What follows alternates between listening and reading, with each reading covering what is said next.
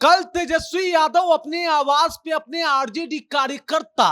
और तमाम चुनावी प्रभारियों के साथ बैठ के इस बात की समीक्षा कर रहे थे कि आखिर लोकसभा चुनाव 2024 में हमें मात्र 4 सीटें क्यों आई। इसी के ऊपर वो बातचीत कर रहे थे और मैं आज आपको ये बताऊंगा भी कि तेजस्वी यादव के तमाम परिश्रम और कोशिशों के बाद भी तेजस्वी यादव उतना अच्छा प्रदर्शन क्यों नहीं कर पाए और मात्र 4 सीटों पे उनकी पार्टी कैसे सिमट गई। इसी के बारे में परिचर्चा करेंगे, चर्चा करेंगे, इसका पूरा समीकरण आपको बताएंगे। लेकिन उससे पहले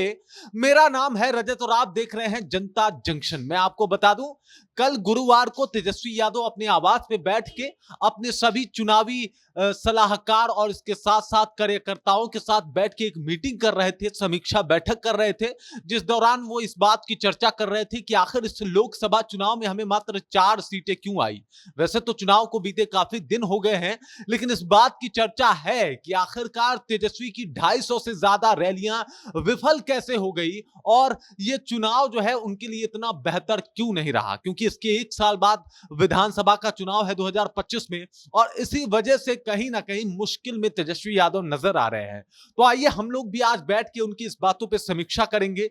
जानेंगे कि आखिरकार तेजस्वी यादव का इतना लचर प्रदर्शन क्यों रहा। तो मैं आपको बता दूं, कुछ एक कारण है जिसकी वजह से तेजस्वी यादव का थोड़ा बहुत खराब प्रदर्शन रहा। पहला वजह यह है कि उनके पार्टी में जो ये एम वाई समीकरण का दावा करता रहता था, जो आरजेडी हर बार इसी एजेंडे पे चुनाव जीतता था कि वो एम वाई समीकरण इन दो पक्षों को हमेशा साथ में लेके चलेगा, उसमें इस बार एम पक्ष जो है वो थोड़ा बहुत कमजोर हो गया। इसके 2 वजह है। पहला वजह है सिवान में हिना साहब का बागी हो जाना। सिवान में हिना साहब मरहूम मोहम्मद शहाबुद्दीन की बेगम है, पत्नी है, और वो जब बागी होती हैं तो उसके आसपास का एरिया जो है इस बात से प्रभावित हो जाता है और इस वजह से भी तेजस्वी यादव और उनके आरजेडी पार्टी को जो मुसलमान है वो दरकिनार कर देते हैं। दूसरा रीजन है ओवैसी का आ जाना, और ओवैसी जब सीमांचल क्षेत्र में आते हैं और जिस तरीके से आरजेडी का विरोध करते हैं और उनके पार्टी के लोग आरजेडी का धागा खोल देते हैं,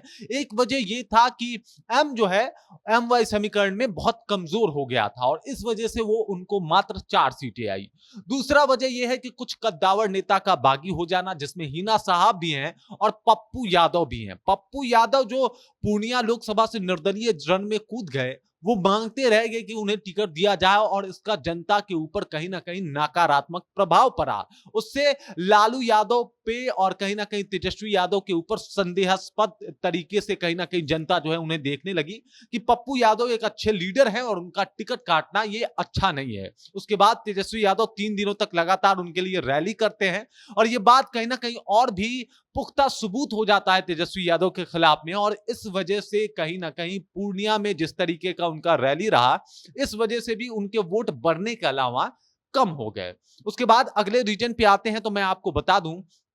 तेजस्वी यादव एक यादवों के बड़े नेता तो हैं, लेकिन बाकी जातों में उनके लिए थोड़ा बहुत अविश्वास है। बाकी जातों के लोग अभी भी उनके ऊपर भरोसा नहीं कर पा रहे हैं। बाकी जातों को लोग को यही लग रहा है कि ये मात्र सिर्फ यादव के नेता हैं, बाकी जातों के लिए ये कुछ नहीं करेंगे, और ये अविश्वास जो है लोकसभा चुनाव 2024 में देखने को मिला। और इसी अविश्वास की वजह से जितने भी बाकी अपर कास्ट का तो बात हटाइए, जो सिविल कास्ट हैं, जो भी ओबीसी एसटी एससी जो लोग थे, उन लोगों ने भी कहीं ना कहीं आरजेडी पर और तेजस्वी यादव पे भरोसा नहीं जताया और इस वजह से भी इनकी सीटें जो है, सीटों की संख्या जो है वो कम हो गई और जितना ये सोच रहे थे उतना तो इनको सीट बिल्कुल ही नहीं मिला। उसके बाद आते हैं, उसके बाद आपको बताते हैं कुछ और एक रीजन है, वो भी मैं आपको गिनवा देता हूं, परिवारवाद। जी बिल्कुल, जिस तरीके से इन्होंने मिसा भारती और रोहिणी आचार्य को टिकट दिया और उसके बदले में कई नेताओं का टिकट काट लिया,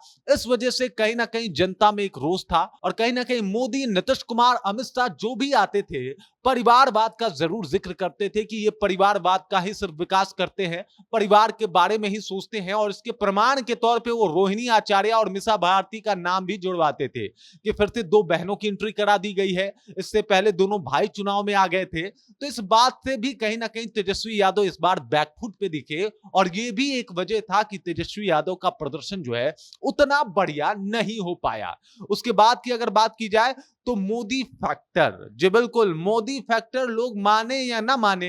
हाँ 2019 के जैसा तो नहीं दिखा, लेकिन इस बार भी मोदी फैक्टर था। लोगों में कहीं ना कहीं अविश्वास था स्थानीय नेता को लेके, लेकिन मोदी जी को लेके फिर भी लोग कहीं ना कहीं एक तरीके से कृत संकल्पित थे कि आएगा तो मोदी ही, और वो मोदी को ही वोट करना चाहते थे, मोदी को ही जिताना चाहते थे। और ये भी वजह रहा कि तेजस्वी के तमाम प्रयासों के बाद भी लोगों ने मोदी को सपोर्ट किया। मतलब स्थानीय जो भी नेता है उनका चेहरा न देखते हुए, या चाहे उनकी कितनी भी गलतियां रही हो उसको नजरअंदाज करते हुए, लोगों ने मोदी के नाम पे जाके वोट दे दिया। और तेजस्वी यादव जो है वो मात्र 4 सीटों पे सिमट गए। इनकी पार्टी जो है इस चुनाव में उतना बेहतर प्रदर्शन नहीं कर पाई जिस तरीके से इन लोगों ने एक तरीके से हवा बनाया था, और वो हवा बस हवा ही बन के रह गया। और यही कुछ वजह थे। अगर ये कुछ वजह जो है इस विधानसभा में देखने को नहीं मिलते हैं और इसके ऊपर तेजस्वी यादव काम कर लेते हैं, तो इसमें कोई संशय नहीं है, इसमें कोई दो मत नहीं है, दो राय नहीं है कि तेजस्वी यादव इस विधानसभा में कहीं ना कहीं बहुत बेहतर प्रदर्शन करते हुए नजर आएंगे। हालांकि कल समीक्षा बैठक था, समीक्षा बैठक में इस बात का जिक्र जरूर हुआ होगा और यह बताया गया होगा कि कहीं ना कहीं आपको यादव तो सपोर्ट कर रहे हैं, लेकिन बाकी जातों में आपको लेके अविश्वास है, और उस विश्वास पे आपको खड़े होने के लिए कुछ ना कुछ काम करने पड़ेंगे। और इस तरीके से कुछ चर्चाएं जरूर हुई होगी। बाकी विधानसभा चुनाव में क्या होगा ये तो पता चलेगा 2025 में, लेकिन फिलहाल यही कुछ कारण है, यही कुछ रीजन है जिसकी वजह से तेजस्वी यादव की पार्टी आरजेडी जो है वो मात्र 4 सीटों पे ही सिमट के रह गई। बाकी आप इसके बारे में क्या सोचते हैं? अगर आपको कुछ और भी रीजन, कुछ और भी कारण दिखाई देते हैं तो आप उसे ऐड ऑन कर सकते हैं, यानी उसके बारे में बता सकते हैं कमेंट सेक्शन में जाके। कमेंट सेक्शन में जाइए, कमेंट करके अपना विचार हमारे साथ जरूर साझा कीजिए। बाकी आप देख रहे हैं जनता जंक्शन और मेरा नाम रजत है।